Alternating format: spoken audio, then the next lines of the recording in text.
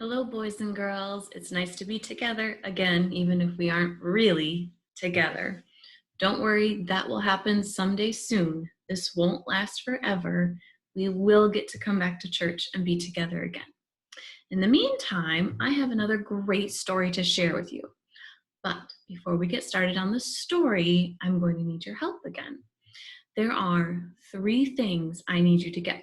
I need you to get a cup, some sort of plastic cup. We don't want a glass one. Don't want something that can fall over and break. Some sort of cup. You need to get a spoon. The bigger the better, but if you only have small ones, that's okay too. Any spoon will work. The last thing you need to get is some food.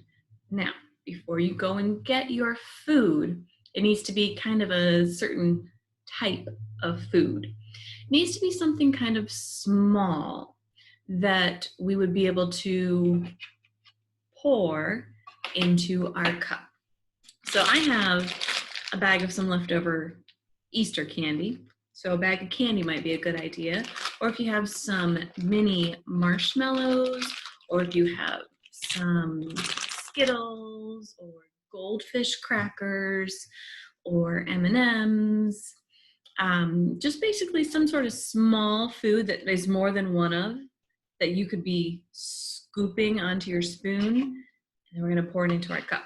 So if you want to pause the video right here, remember 3 things you need: a cup, a spoon, and some sort of food that we'll be able to pour. Ready? Go get it.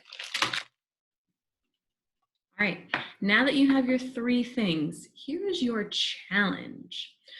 And you get to decide how hard you want to make it. We're going to get our food from our bag or wherever we have it into our cup. We're not just going to pour it in. Too easy. We're going to use our spoon, but again, I'm not just going to use my spoon, scoop it in, scoop it in. Too easy. You need a challenge. If you want a medium challenge, you can take your cup and put it on a table, like that, on the table. And then you have to stand up. So let's see if we can get all of me to fit in here. So I will take my cup and I'm going to stand up. And while I am standing up, hold my bag and my spoon. And with my spoon, I'm going to scoop out some candy like this. I have to hold my spoon up at the same level where my chest is, where my lungs are. And I'm going to try to get as much candy from my spoon into my cup as I can. So I'm going to hold it up here, and I'm going to, oh man, look at that. I only got 1 piece of candy in there. I'm going to try this again. See how many pieces I can get into my cup. Aw, I only got 1 that time. I'm only up to 2 pieces. This is harder than it looks. If you think, though, that you're up for a super big challenge, you can take your cup, set it on the ground, and stand up and pour your food into your cup while you're standing up from the ground. Man, if I only got 1 in there from the table to my cup, I'd be really impressed if you could get more than 1 in your cup while you were standing up. So you decide, how are you going to do it? Medium challenge, cup on the table, standing up at your chest, pouring your food in, or cup on the ground, standing up, pouring it in, seeing how much food you can get into your cup. All right, see what you can do and see who can get the most food into their cup. Ready? Go. All right, I hope you had a lot of fun playing that game. I sure did, even though I wasn't very good at it. Our story today is about food. Not food from the grocery store, not food from your refrigerator, not food from your pantry, food from the sky. What Bible story has food coming from the sky? Let's find out. Step, step, step, step, step, step.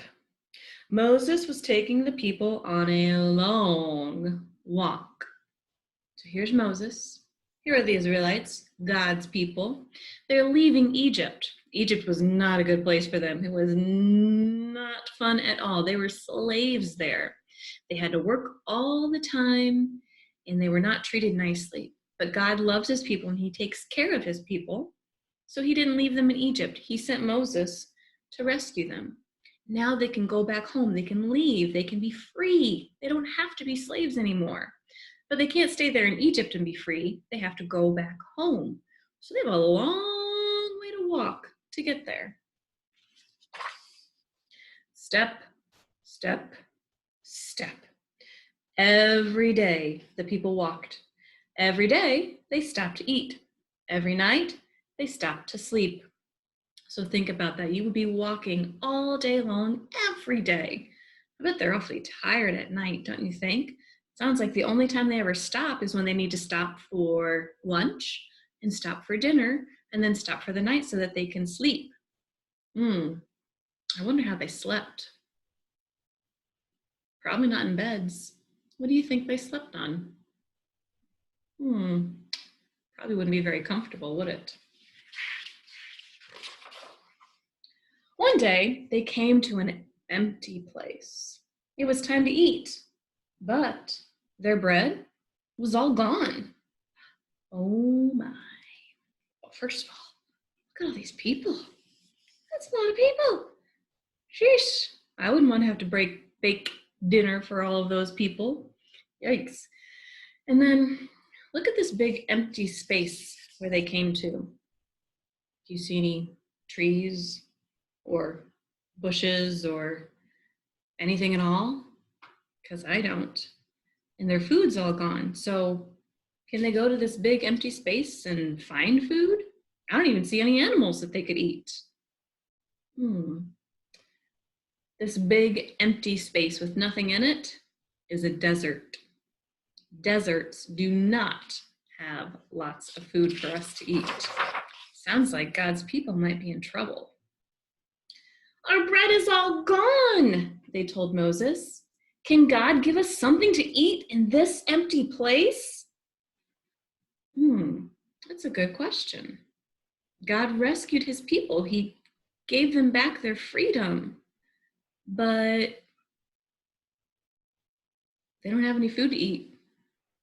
What's God going to do about that? Now God knew his people were hungry. God said to Moses, "Don't worry. I will give you bread from heaven to eat." Now God knew his people didn't have to come to him and say, "Hey, God, we're hungry. Help us out here." He already knew. God knows our problems too. If we're scared or mad or frightened or alone, God already knows that. He's already got a plan to help us, just like he already had a plan to help his people.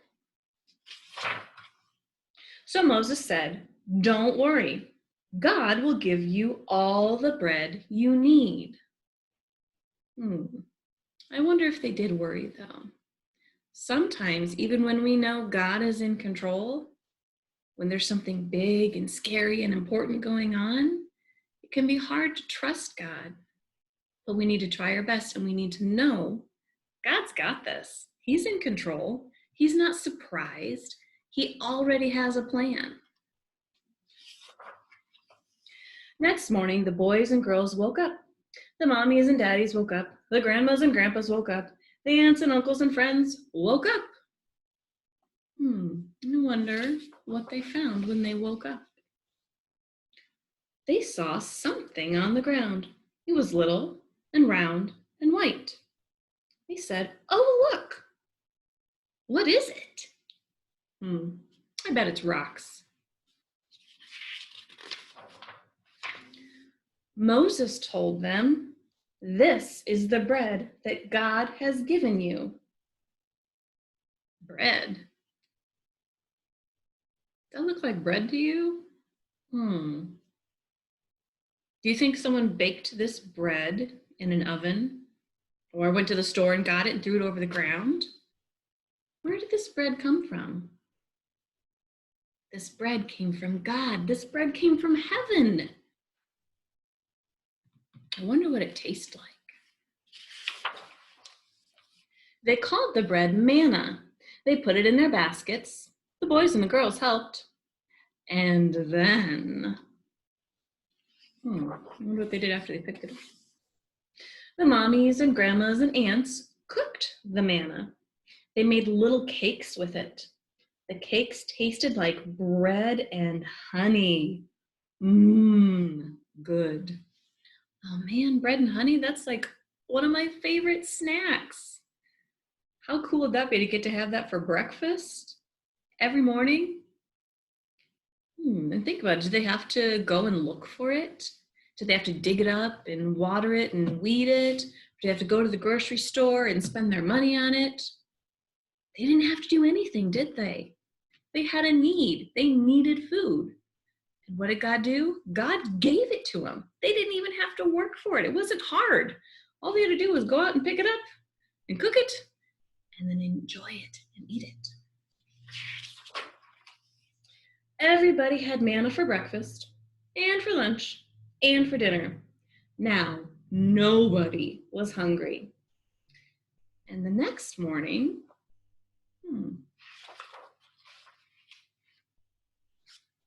God gave them some more.